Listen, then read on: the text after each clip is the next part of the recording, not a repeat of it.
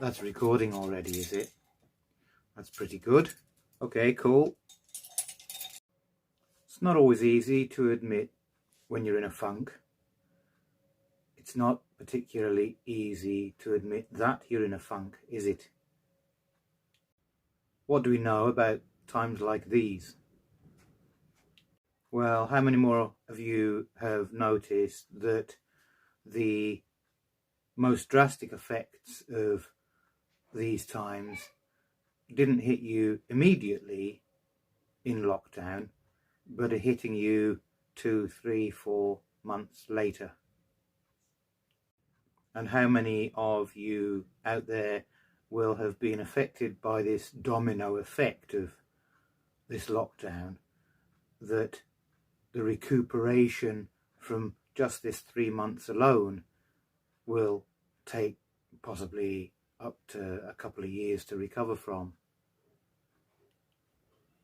That's even for those of you who are going to recover. But then I would guess that if you're still alive, you're going to recover because you've made that decision anyway. You know, in for a penny, in for a pound. It's times like these that people are called to rally more together than they ever have, isn't it? And from where I stand, from what I notice, people aren't rallying together enough. What do you think? Even though there's a large contingent of people who are suspicious about what's going on, they still seem to be following orders like sheep. And as if to add even more confusion, just as maybe some of us might be thinking that things are getting a little lighter, as in we're seeing subtle rumours that things might be getting back to normal, they're actually tightening the rules up. Like, for instance, in the industry that I've worked in for the last, 8 years, the care industry, they're saying now that all care workers have to be COVID tested weekly. And we thought things were getting better and lightening up and returning to more normality, did we? And that, what? Well, we're not going to be given any more shifts unless we are COVID tested weekly. So what about those people who are justified in believing that in actual fact the COVID test is the very thing that is actually designed to give you the COVID virus? What about those people who have also said that they don't want to be COVID tested either, because they're also suspicious that there's more to the COVID test than meets the eye? As my missus just said to me between these edits here, she wasn't sure about mandatory COVID testing in places like supermarkets or not. This leaves the question of how widespread is COVID testing becoming mandatory?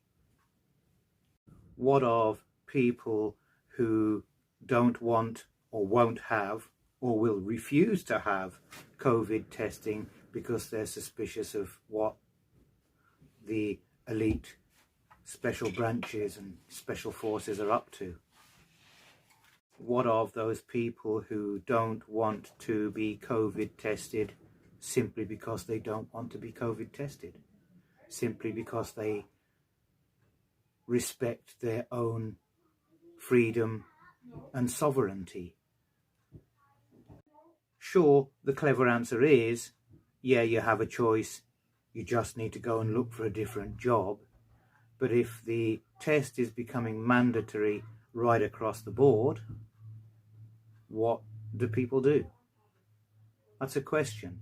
I'd love some feedback on it. That's why I asked. I started out saying that it ain't so easy to admit when you're in a funk.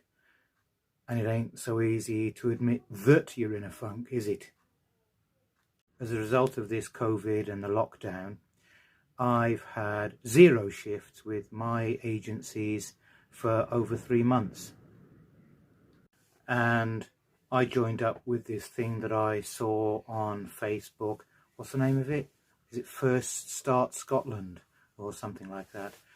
Another one of these government-run back-to-work schemes where they assign you a mentor to guide you and help you through these hard times. As my friend explained to me today, her job isn't actually to find me a job. That's my job, is to find me a job. It used to be the case that in a job centre years ago, and especially if you went to Job Club, for those of you that remember Job Club, back in the 80s and 90s, they did have a role of helping to find you a job. It wasn't just about mentoring and guiding. And I actually said this to my mentor. I'm not going to say her name out of respect for privacy, but I actually said this to my mentor today. In the old days, which were the Thatcher days, you all remember those, don't you? You know, we used to balk at the idea of the job centre lining us up with jobs and pressuring us to try this and try that and try the other job. Whereas nowadays, what is that, 20 years later, 30 years later, whatever it is, we would all probably really appreciate actually somebody saying to us, here's a job, try that one on. Funny how life turns around and turns around and turns around, isn't it? Funny how we understand and appreciate the things we hated 20 years ago. Also, isn't it? Funny how when I first came to Scotland, I felt that Scots, generally speaking, were unfair to people like me who had come here because I wasn't getting the job and the job was going to their sons and daughters and nieces and nephews, rather than to myself, who I thought was the best person for the post.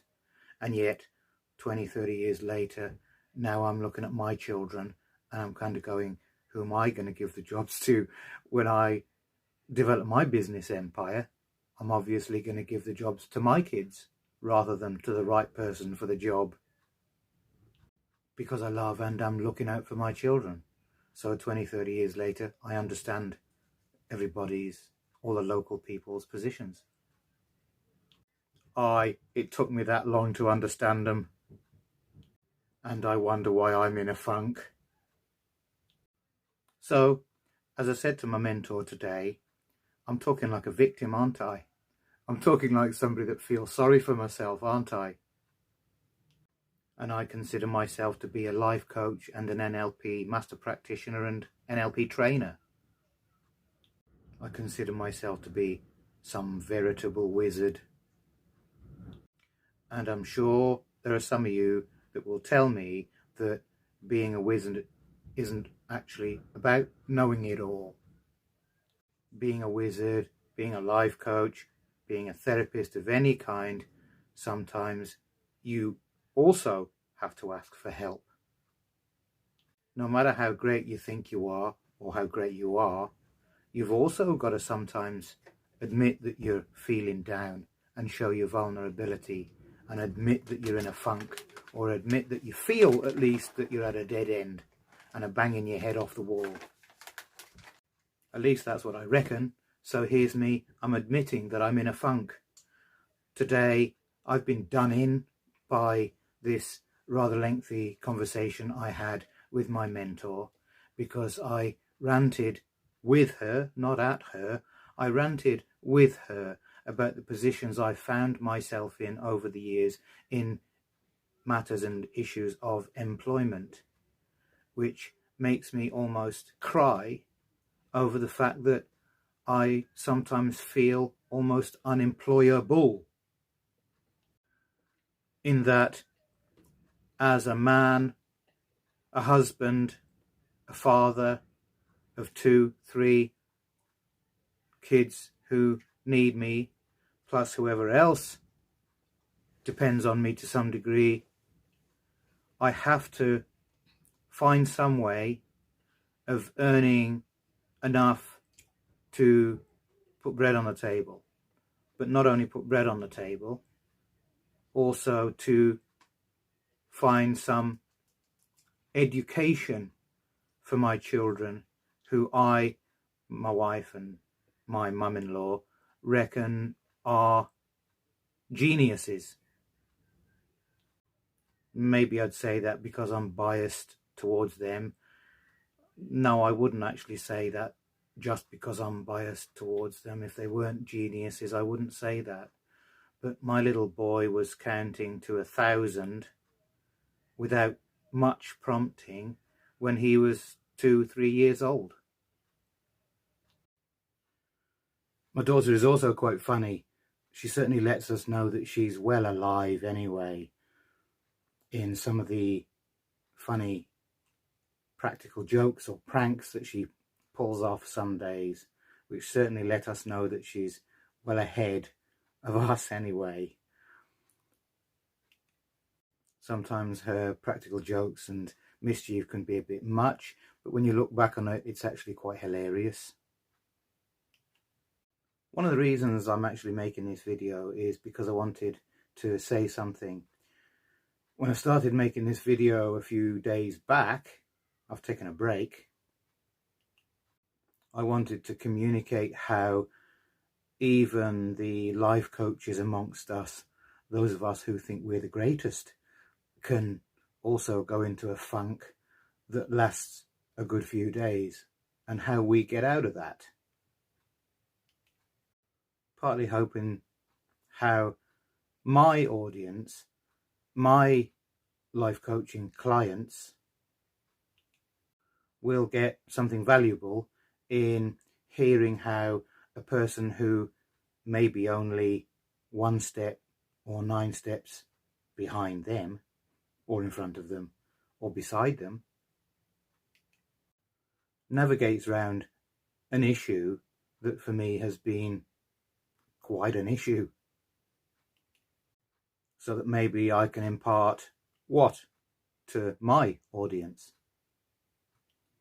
You know, I did start out originally on this video by saying that it's hard to admit when you're in a funk, isn't it? Or it's hard to admit that you're in a funk, isn't it? Especially if you reckon you're some kind of life coach. Didn't I?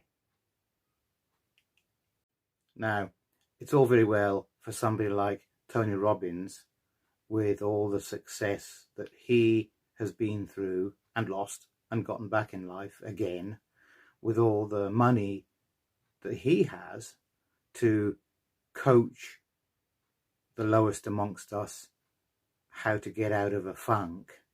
It's all very well for somebody like that with all their money to teach us how to get out of a funk, but I'd guess that there are many people who have an issue with somebody so well off teaching them how to overcome their problems, because that person is nowhere near close to where they're at in life in general.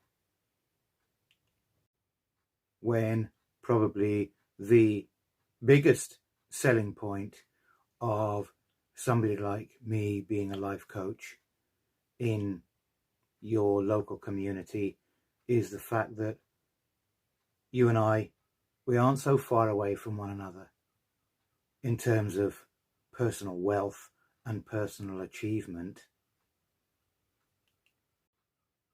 In some ways, I may have access to, or I may know things that you might think you don't know.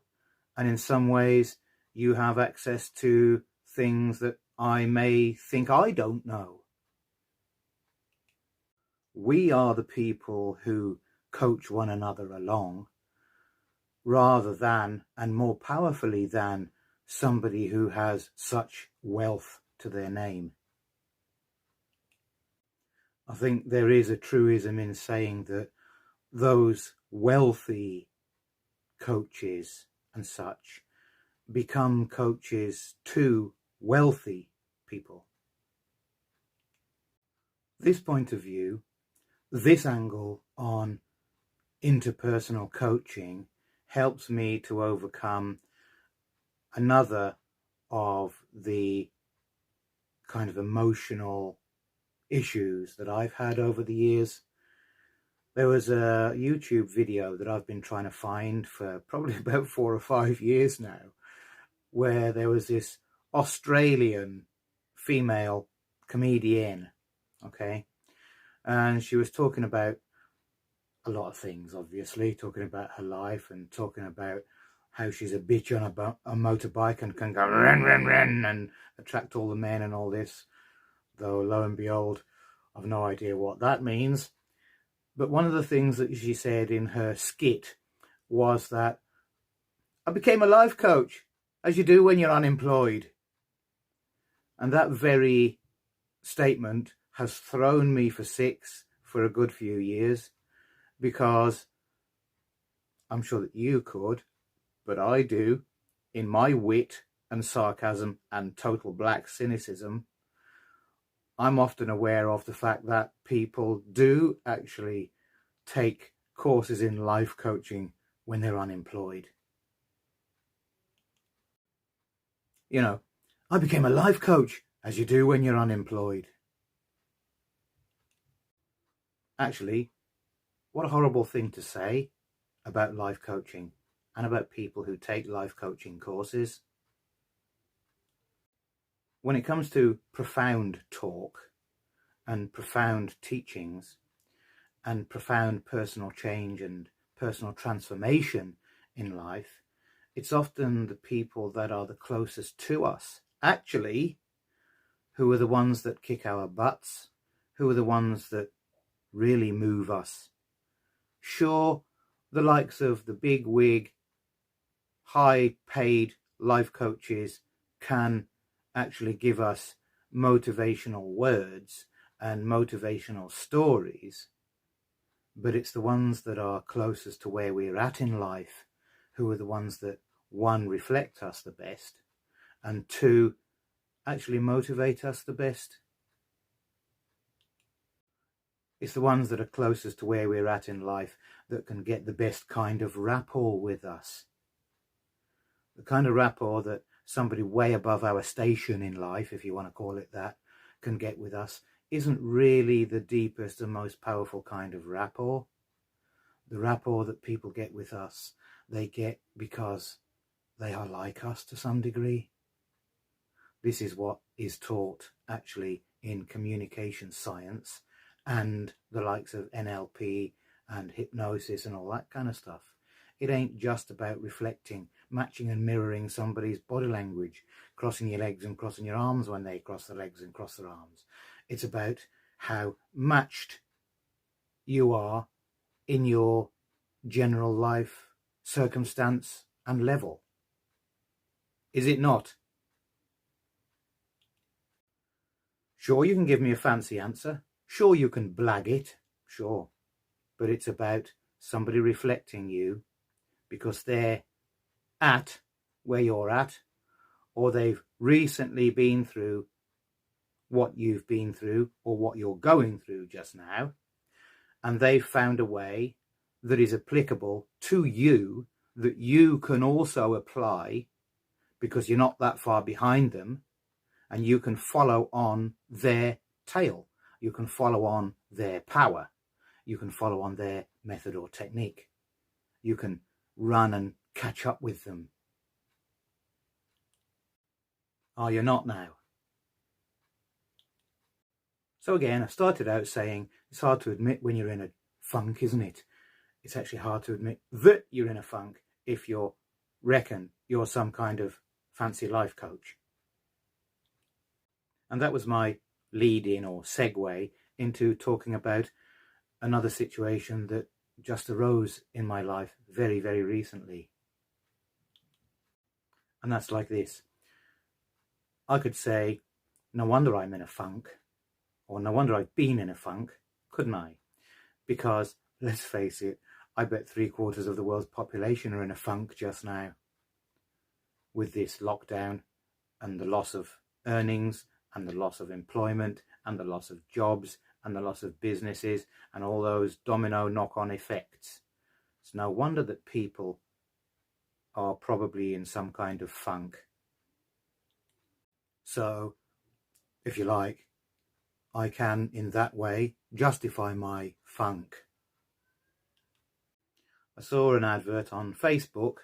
Obviously it was put on local Facebook pages and Scottish Facebook pages for this thing. Oh, I wonder if I can remember actually what it was called. First Start Scotland, or is it Fresh Start Scotland? I can't remember. And I called it another one of these government quangos. There are people working from their own homes and they're doing a good job. I must say they're doing a good job. If they can put up with me ranting, then they're doing a good job. The official title of some of these people is as a job coach, and some of them have worked within the employment service. It's a government-run, Scottish government-run employment service helping you to move back towards employment or self-employment. And I signed up for it, and I was assigned a coach. Lovely lady, lovely, very helpful, very forward, blunt at times person. We had an issue that we've come through. So instead of me producing this video to kind of talk about how I navigated around a funk of mine and what the funk contained, what my funk was partly about, I am now changing it to putting this on screen as a message of gratitude and thankfulness to the Scottish Government and to Ella. I'll just call her Ella. You know who I'm talking to. The issue became one of the following. I have, maybe rightly, maybe wrongly, come to be of the opinion that my work experience over the past few years, is that 8 years?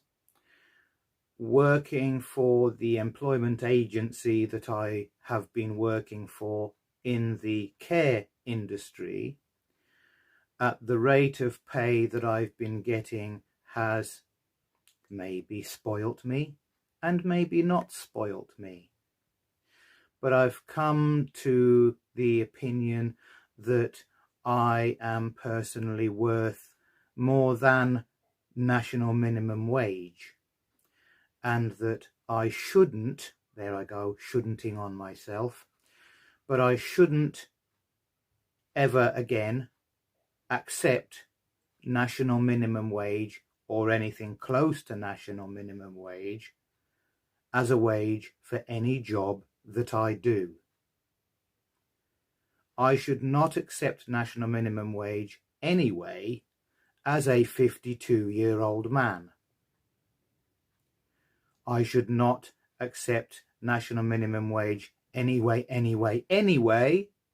as a 52-year-old man who has had the work experience I've had, looking after other people the way I do, making the kind of efforts that I make the way I make them, because I inject heart and soul and humour, and I leave my problems at home. I don't carry my problems into a workplace.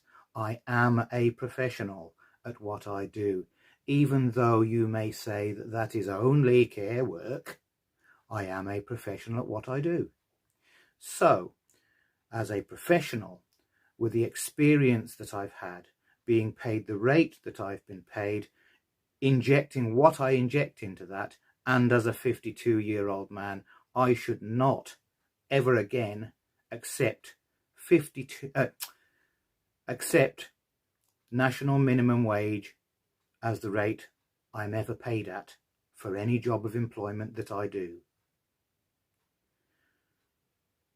Also, the efforts that I've made, the money that I've spent, the time that I've given across to studying a whole array of subjects that are focused on the fields of employment and self-employment also, I believe, and I insist, gives me as an employee value, high value.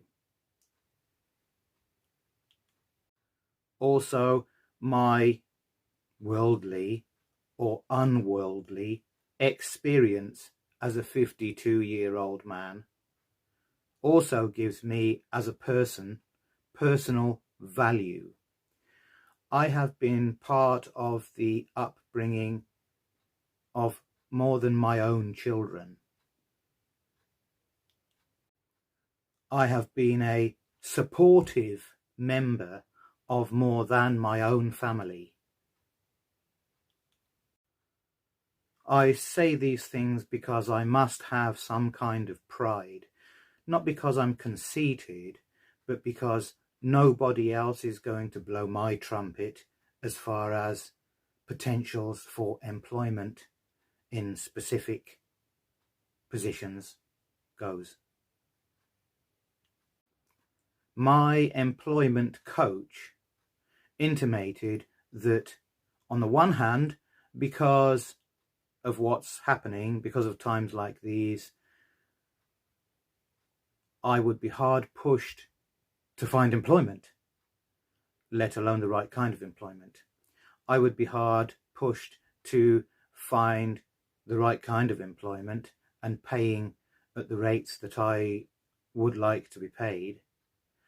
She asked me what I would like to do as a career, and one of the things that I did say is that as a person who studied so many different subjects, something within the realms of or close to corporate mental health facilitation within the fields of vocational trainings and establishments would kind of suit me. Now, it could be something very, very loosely tied to these things. She was kind of flabbergasted at me saying that, because I'm going to say this as I feel it, as I reckon it is. In Scotland, you have the Scottish Education Authority and the Scottish authorities, and they refuse, because I think it is refuse, they refuse to respect any other learning platforms and establishments other than their own.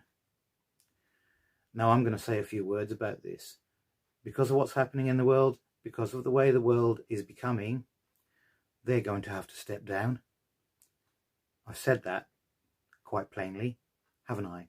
They're going to have to step down on their position, and they're going to have to start accepting people who have done trainings within and upon other learning platforms.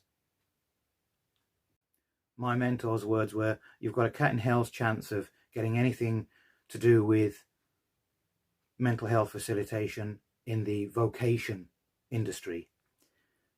One, because the Scottish education authorities will not sanction any other kinds of qualifications, of which I've got plenty. And two, on top of that, everybody and their aunt is looking to be a counsellor, especially in times like these.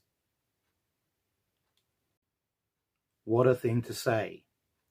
What do you do when you reckon you've taken trainings all your life to keep you employable,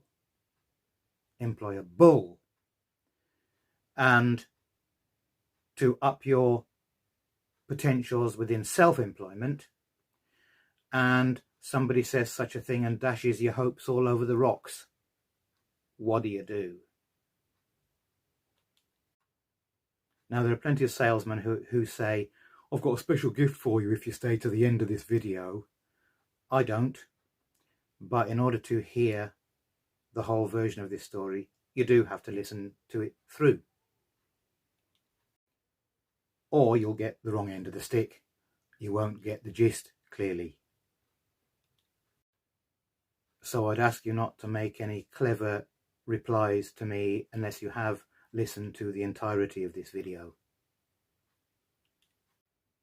When you reach 50 or 40 or even 30 in life, you have a collection of experiences, partly to back up the things you say.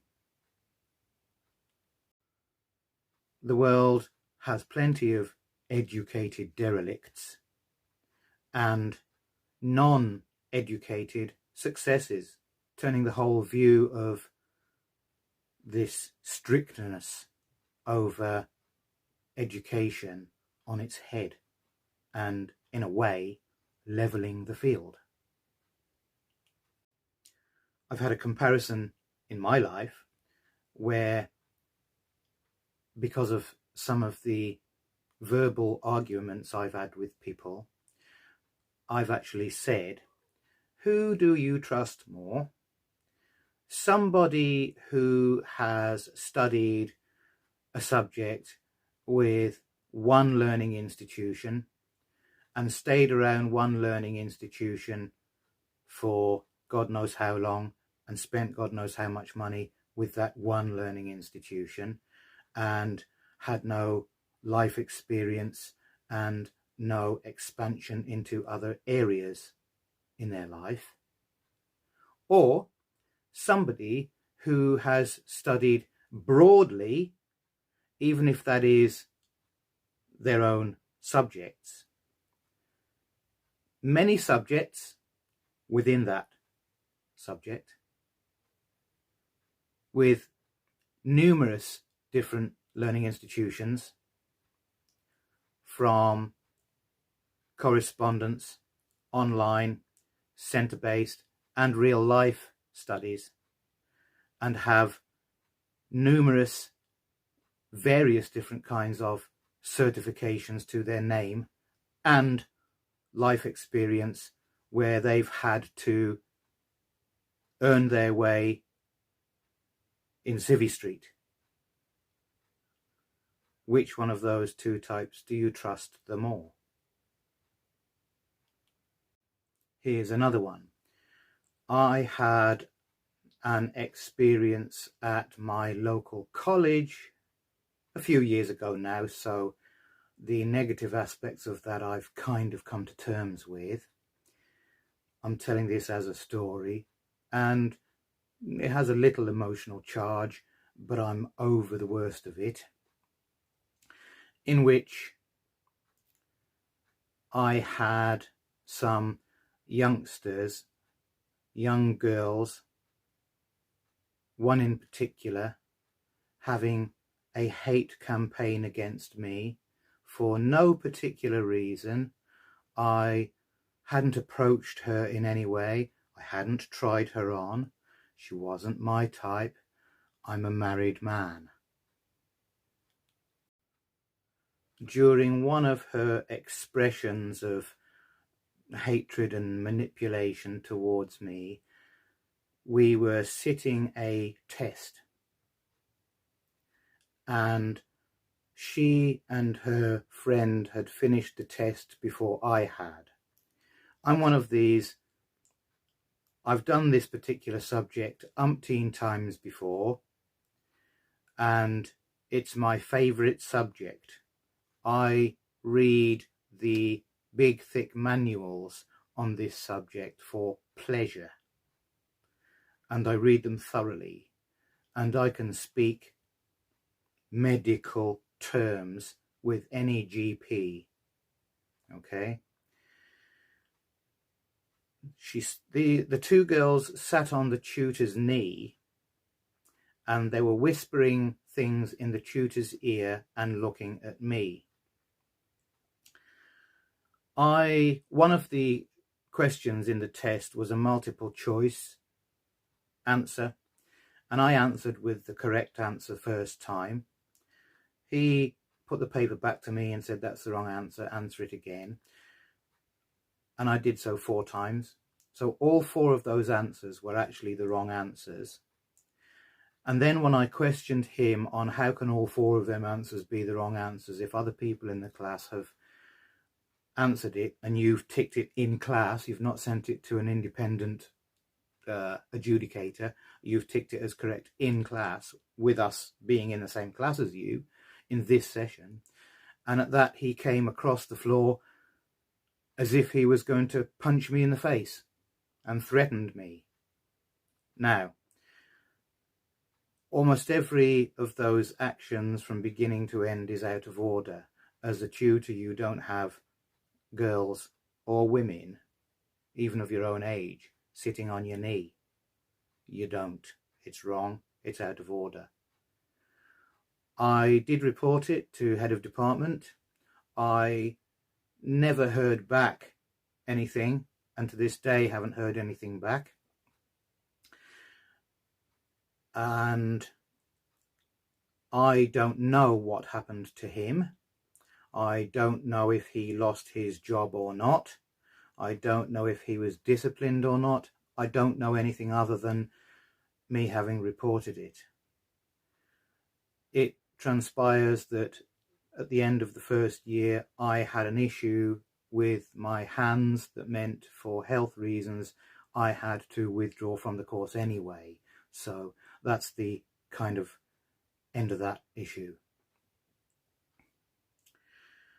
I approached the college and made inquiries about becoming a teacher of the general subject for the college. What with the fact that I'd done this course, it was half of an HND. I didn't get an HNC out of it, but I got modules.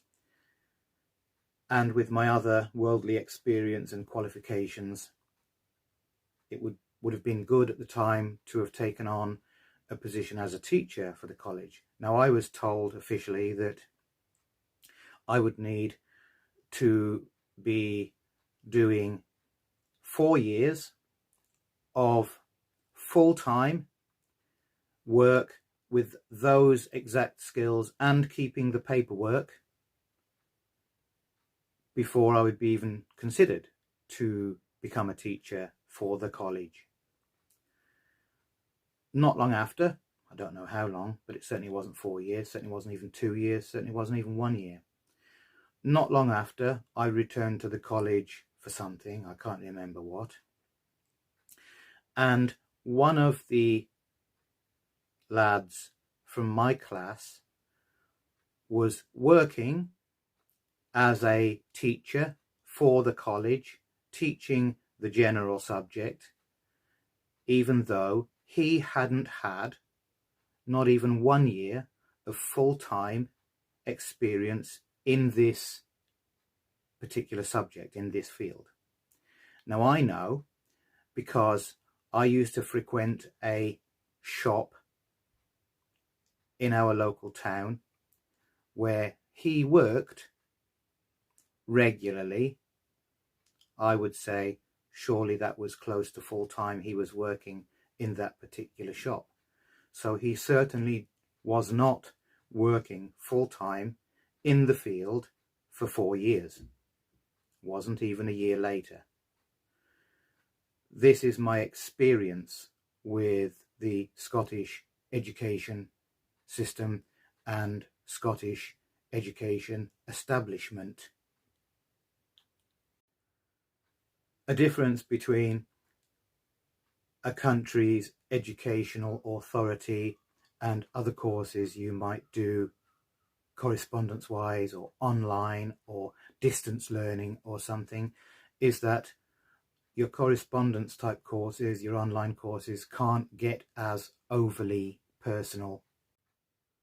Most courses you will ever do that are distance or online, the markings of your papers are realer than they are at an education establishment because those people don't know you as personally as your tutors do. So they have no choice but to mark your papers completely impersonally. Shall I go on? I'm actually more qualified than the highest qualified person in that subject in that college. When you're judging a business, when you're judging a concern, the bottom line of all concerns is the money. When you're judging a business, the bottom line is how much money they're making. How much is their profit? How much is their turnover? When you're judging a charity, the bottom line is how much money are they making? What is their profit? What is their turnover? When you're judging any venture whatsoever, the bottom line is money, e.g., how much is it worth? One of the people with whom I have studied aplenty, his worth in 2004 was $4 million. Now that's no mean feat by any standards. This one person's net worth, as of 3 days ago, was $11 million. Now, that must say something about how popular his course is and how seriously people take him. This particular teacher has been on British TV and American TV. He's a known personality, though I don't really actually know that much about his background. So, it seems that there are a number of things in my life personally that call into question my personal worth, my employment worth, my personal worth, my financial worth. And I was in a bit of a funk for 2 or 3 days as a result of my Scottish job coach provided to me by the Scottish government, Fresh Start Scotland, as a result of the things that she had intimated to me. So I took some advice from a few people I'd thrown the issue at and gotten back quite good feedback, and thought about the whole issue. Do I use the feedback I've been given? Do I talk to Ella honestly? Do I feed back to her what I'm feeling and why I'm feeling it? Or do I keep that all out of it and just accept my lot as being not worth much more than national minimum wage and having a cat in hell's chance of actually getting any work, let alone anything close to the employment that I need and anything close to the lifestyle that I would like to develop? In the end, I did feed back to her. I did speak to her very candidly and very honestly, and I am giving her her full due. She did, albeit apologize to me. She asked me to stop her dead in her tracks if she comes across as at all patronizing. Now, I wasn't expecting that much, to be honest, because I get a lot of patronization in my life. I get a lot of people talk down to me, and I've kind of come to sort of accept it in a way. I shouldn't. I should answer back to people, but often I understand both sides of most coins that I see in life. I understand why people are the way they are. I understand why people challenge certificates. I understand why people challenge one's insistence that they're worth more than national minimum wage. I understand. And that's why I accept when people seem to put me down. I understand it. I'm not going to accept it anymore. I have found a way of being assertive without being aggressive. I'm proud of the fact that I did that. I'm proud of the fact that I asserted myself to Ella without being overly aggressive and without name calling, without dropping, without threatening, without any of that passive aggressive attitude or behavior. Often we understand how we've let ourselves down in retrospect.